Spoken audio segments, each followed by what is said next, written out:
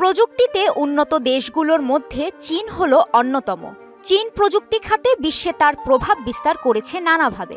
Robotics, 5G প্রযুক্তি, কৃত্রিম বুদ্ধিমত্তা, স্পেস প্রযুক্তি এবং মহাকাশ অভিযান সহ গ্যাজেট প্রযুক্তিতে চীন তার আধিপত্য বিস্তার করেছে। সম্প্রতি অপটিক্যাল ইমেজিং প্রযুক্তিতে যুগান্তরকারী সাফল্য অর্জন করেছে চীনের বিজ্ঞানীরা। নজরদারি তথা গুপ্তচর বৃত্তির বৈশ্বিক মানকে নতুনভাবে সংজ্ঞায়িত করতে অত্যন্ত শক্তিশালী এক লেজার ক্যামেরার আবিষ্কার করেছেন তারা। বিদেশি সামরিক উপগ্রহগুলোর কার্যক্রম নজরদারি করতে বেইজিংকে এ প্রযুক্তি নজিরবিহীন সুবিধা দিতে সক্ষম হবে বলে দাবি করছেন বিজ্ঞানীরা। শুধু তাই নয়, নিম্ন কক্ষপথ থেকে শুরু করে মানব মুখের মতো সূক্ষ্ম ডাটাকেও শনাক্ত করতে পারবে এ প্রযুক্তি।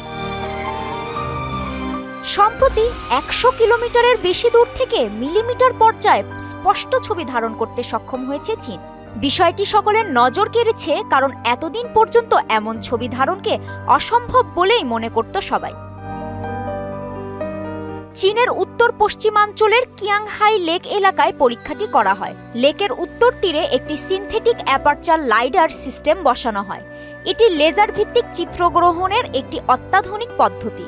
ডিভাইসটি 101.8 কিলোমিটার দূরে লক্ষ্যবস্তুর চিত্র ধারণ করতে সক্ষম হয়। এ প্রযুক্তিটি বর্তমান গুপ্তচর ক্যামেরা ও টেলিস্কোপের তুলনায় 100 গুণ উন্নত। শুধু তাই নয়, এই ক্যামেরায় রয়েছে বর্ধিত অপটিক্যাল অ্যাপারচার, উন্নত লেজার সংকেত, শব্দ কমানোর জন্য আছে উন্নত অ্যালগোরিদম সহ চড়া ফ্রিকোয়েন্সি ব্যান্ড। এটি শুধু স্যাটেলাইটে নজরদারি করবে না, তার সঙ্গে এর সিরিয়াল নাম্বার পড়তে সক্ষম হবে বলে জানিয়েছেন চীনের একজন ইমেজিং বিজ্ঞানী। এই নতুন গুপ্তচর ক্যামেরাটি চীনকে নজরদারি প্রযুক্তির শীর্ষে নিয়ে যেতে পারবে বলে ধারণা করছেন গবেষকরা।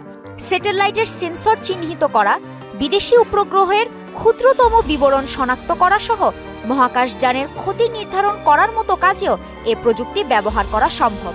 এছাড়া চীনের সামরিক পর্যায়ে এটি বিপ্লব ঘটাতে পারে বলেও দাবি করছেন অনেকে। কাজী শাহরিন, মোহনা ডিজিটাল।